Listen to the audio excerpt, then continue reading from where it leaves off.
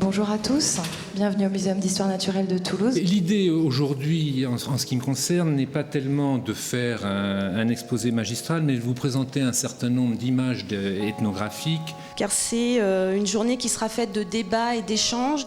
L'attachement, en fait, est considéré comme un lien affectif, mais on n'a pas conscience, finalement, de l'importance qu'il a dans le développement de l'enfant. Bien sûr, à la fin de chaque intervention, on vous laissera du temps pour échanger, poser vos questions, réagir.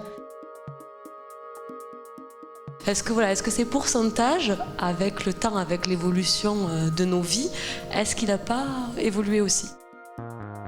L'idée, c'est d'essayer de montrer à quel point on en est avec cette théorie, à la fois dans ses limites et bien évidemment dans un certain nombre critiques dont vous venez de parler et que nous partageons pleinement. Quelles sont les données qu'on recueille? Parce que pour moi, c'est un terme nouveau, donc c'est une nouvelle mesure pour prendre en compte le corps.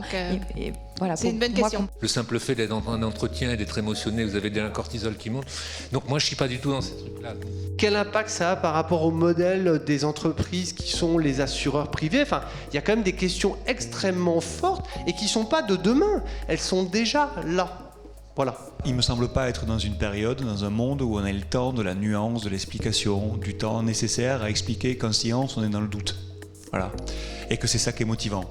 On sait que les deux fonctionnent, l'hérédité génétique et l'hérédité non génétique. Maintenant, reste à savoir exactement sur quoi ça fonctionne.